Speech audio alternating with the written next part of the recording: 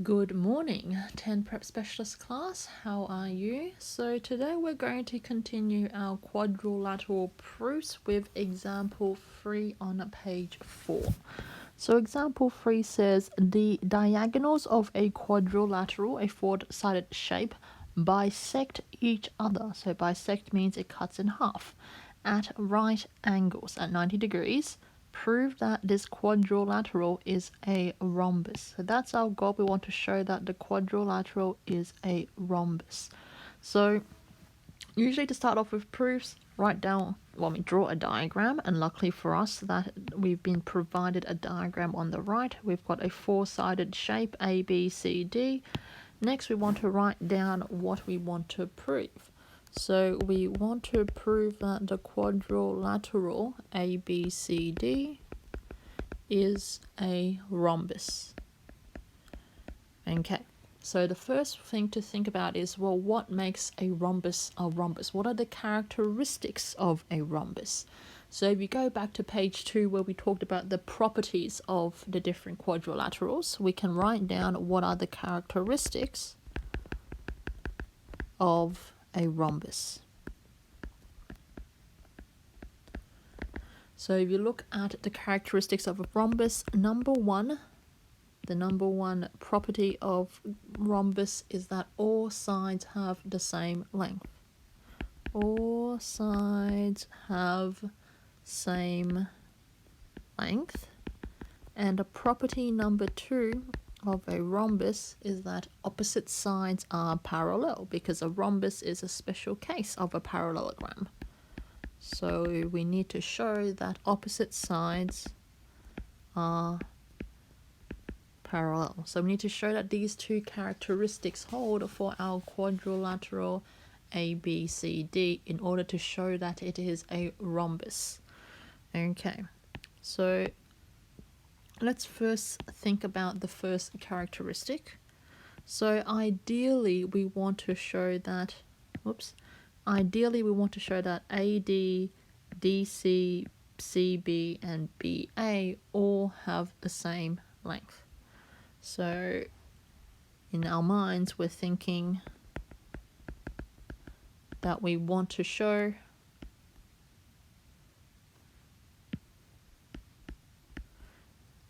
AD is the same as CD is the same as CB, which is the same as AB. So that's our temporary goal for number 1.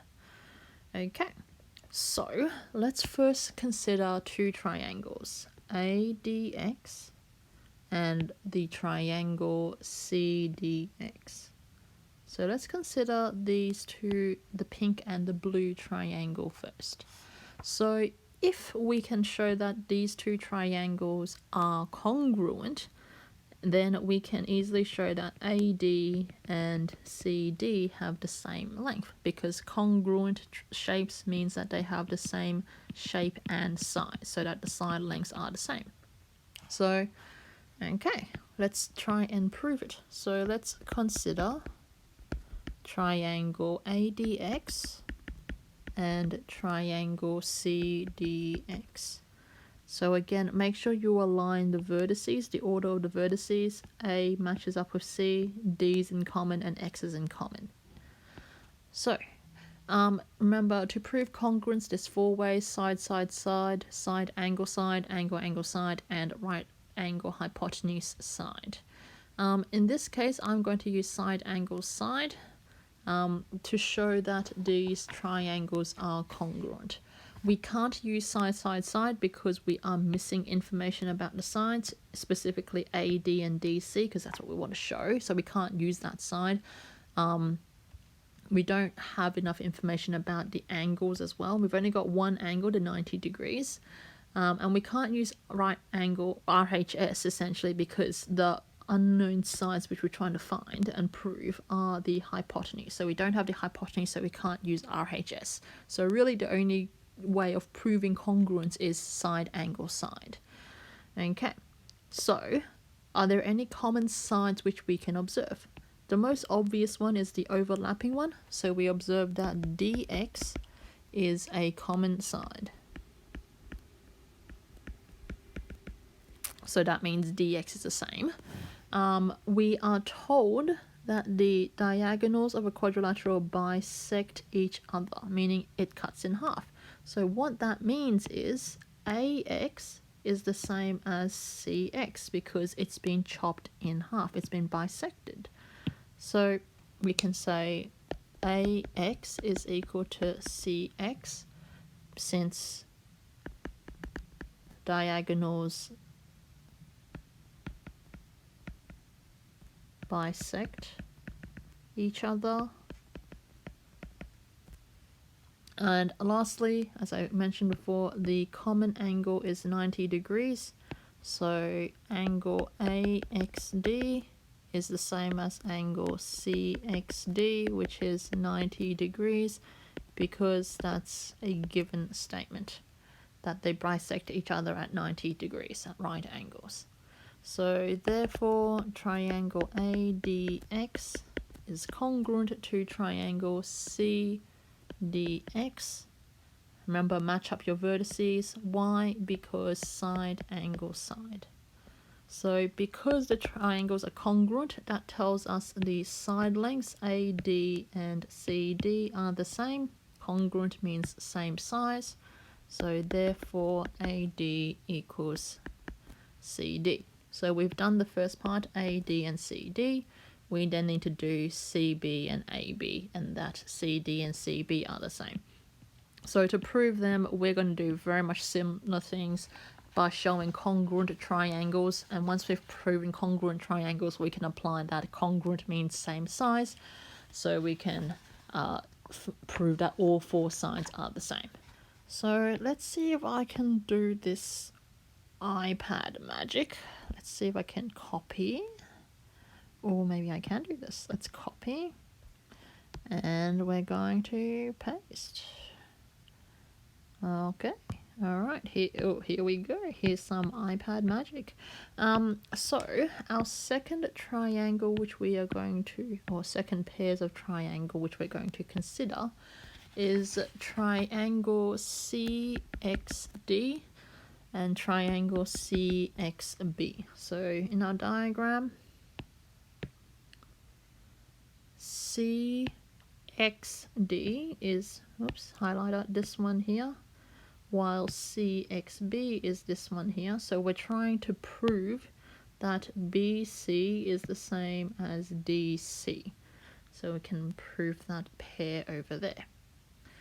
So we'll literally do the same thing. Identify any common sides, use side, angle, side. So we've got a common side CX.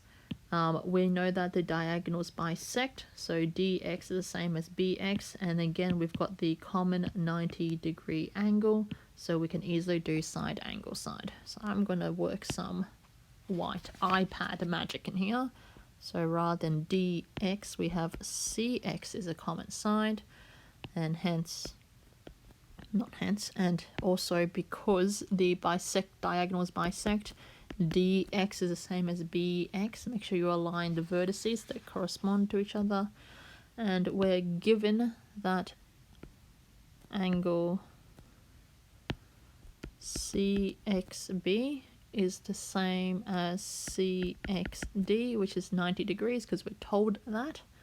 And so that means that the two triangles, triangle CXD is congruent to triangle CXB because of side, angle, side. And because shapes are congruent, their sizes are the same. So therefore CD is the same as CB. So side lengths there. So we're one step away from proving the first property. So we've got AD and CD is the same, and then we've got CD and CB is the same. So the last thing we need to prove is that AB is the same length as all of that as well. So we're literally going to apply the same process of looking at congruent triangles. So let us consider this time triangle CXB and triangle AXB. So that the last two sides we need to prove is AB is the same as BC. So if we can prove that, then we're good. So let's see if we can work our iPad magic again. I might need to shrink this down a bit. I'm out of space. Resize, make it a little smaller. Okay, if I make and I paste this, make that a little smaller. Okay, so working my iPad magic, let us consider triangle CXB and triangle AXB. So that's the pink and the blue triangles. Okay, so again, common side is BX. AX and CX are the same because of bisecting each other, cutting it in half, and then we've got the common 90-degree angle as well, so we can apply SAS to prove congruence. So BX is a common side. Let's edit that.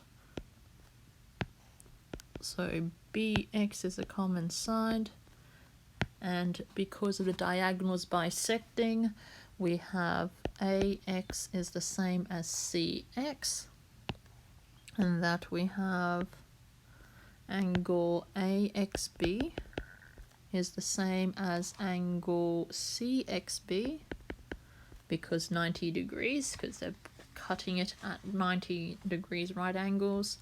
So therefore, triangle CXB is congruent to matching up with AXB, and because they're congruent, the side lengths are the same, so CB is the same as AB. So therefore, in conclusion, we can make the statement that therefore AD is the same as CD, which is the same as CB, which is the same as AB. So therefore, all side lengths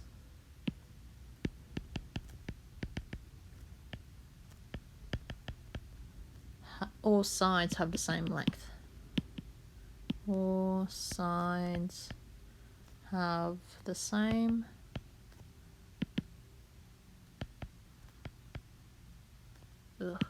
same length. So we've done task 1, which is proving all sides are the same length. To prove it's a rhombus, we need to show that opposite sides are parallel. Right, so it's kind of using the reverse of the alternate angle rule. If we can prove that two angles are the same, then using the alternate angle rule, that the lines are parallel. So for part 2, we're thinking that if I can show angle ADX is the same as angle CBX, let's have a look at that in the diagram. So angle ADX, which is this one here, if I can show that that's the same as CBX, which is this angle here, then I can show that these two lines are parallel because of the Z rule, the alternate angle rule. And similarly, if I can show the other pair, which is BAX and angle DCX are the same, then we're good. Then so BAX is this one versus DCX is this one. Again, if we can prove that these two angles are the same, then we can apply the reverse alternate angle rule and show that the two lines there are parallel. So let's first consider triangle ADX and triangle CBX. So we're looking at this ADX and CBX, so the blue and the pink triangle right now. So again, if we can prove congruent triangles, then we can easily show that the angles are the same, because congruent shapes means that they have the same size for both length and angles. So I'm going to use SAS again, side angle sine, just because it's easy. So have a think about, do we have sides which we know? Well, we're told that the sides bisect each other, so we know BX and DX are the same, and that's the same, AX and AC are the same. So we know that we have two sides which are the same, and we also have the 90-degree angles, so that gives us enough to use SAS. So AX equals CX, Y, since diagonals bisect each other, which we're told. So again, also dx is the same as bx because it's given to us that diagonals bisect each other. And then we know that angle AXD is the same as angle CXB, which is 90 degrees because that's given. And so therefore triangle ADX must be congruent to triangle, match up your vertices, CBX, Y, because of side, angle, side. Because the two triangles are congruent, the angles, the corresponding angles are the same size. So therefore angle ADX must be the same as angle CBX. So that tells us that AD must be parallel to BC because of the alternate angle rule, or the reverse of that, which is what we wanted. So we've got that this side and that side is parallel because of congruent triangles, because that the diagonals bisect each other at right angles. We're going to do the exact same thing but with the other pair of triangles. So ABX and CDX, we're going to prove congruency using SAS. Then because it's congruent, the angle sizes are the same. And because the angle sizes are the same, we can apply reverse alternate angle rule and show that the two sides are parallel. So let me try my iPad magic here and see if I can copy this and edit it. So copy, and I'm going to paste. Okay, so let's edit this. So now let's consider triangle ABX and a triangle CDX, the other two angles. AX and CX is the same again, and BX and DX are the same because of diagonals bisecting each other. Now though, we've got the other two angles, so angle AXB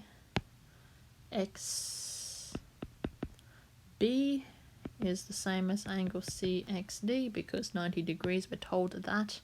So therefore triangle